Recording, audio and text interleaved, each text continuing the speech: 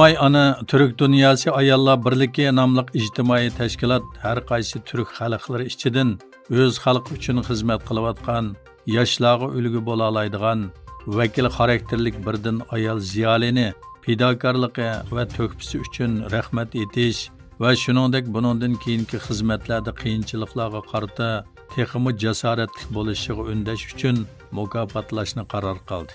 Uyg'urlardan İstanbul Beyken Universiteti o'qituvchisi, Uyg'ur Akademiyasi vaqf raisi, lektor doktor Mag'firat Kamal Yunus xonim Uyg'ur Akademiyasida har xil vazifalarni o'tab, Uyg'ur xalqi uchun singdirgan ajri sabablik Sharq Turkistonlik ziyoli ayollarga vakolatan bu mukofotni elishga loyiq deb qaraldi. Uyg'ur tadqiqot markazining mudiri Abdulhakim Idris apandining 8 dekabr kuni Indoneziyaning Jakarta shahrida boshlangan faoliyatlari davomlashmoqda.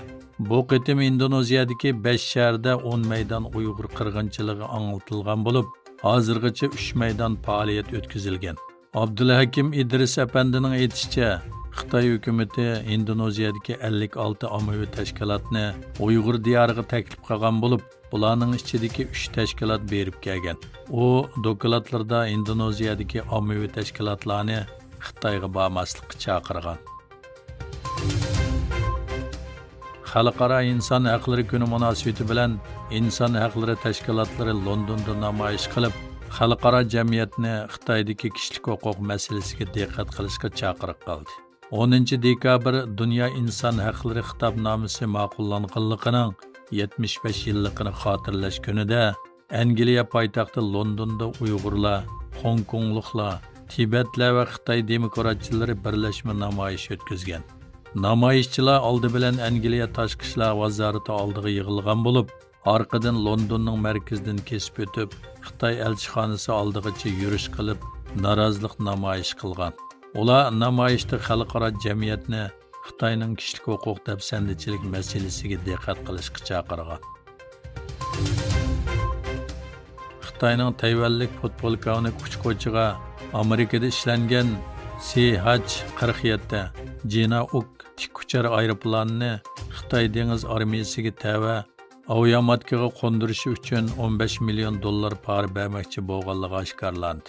Bu plan to'g'risidagi tafsilotlar 11 dekabr Tayvan sudida oshkorlangan bo'lib, Tayvan Oliy sud taftish mahkamasi tayyorlagan aybnomada uchquvchining 2023-yil 6-oyda Xitoy jasuslari bilan yaqinlashganligi bayon qilingan. Aybnomada uchquvchi tik uchar aeroplanni dengiz qirg'og'i bo'yidagi tuvan bo'shliqda 24 dengiz mili yiroqlikdagi suvda manevr o'tkazadigan Xitoy Kompartiyasining aviamatkasiga qo'ndirishga buyurilgan deyilgan.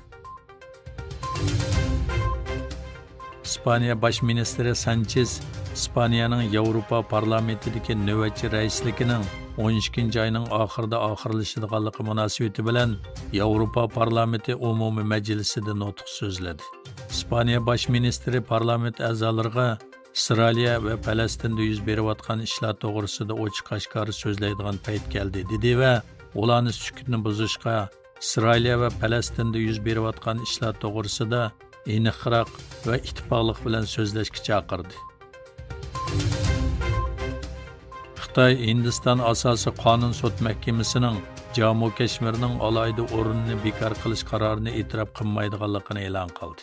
Xitoy Tashqi ishlar ministrligining bayonotchisi Ladakni ayrim rayonga aylantirish qarorini bartaraflama va qonunsiz deb tasvirladi. Xitoy Hindistonning bu qarorining chegaraning g'arbiy qismining Xitoyga tava ekanligini o'zgartmaydiganligini ta'kidladi. Pokiston vaqtli hukumatining bosh ministri Anvarul Haq Kakar 23 askarning o'limiga sabab bo'lgan o'zini portlatib hujum qilish voqeasini ayblab, biz terrorchilarga taslim bo'lmaymiz dedi.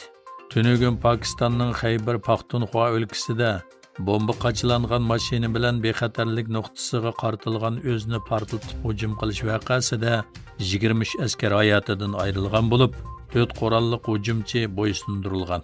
Shu kuni bu rayonning o'xshamagan rayonlarda yuz bergan to'qinishda yana 2 askar hayotidan ayrilgan.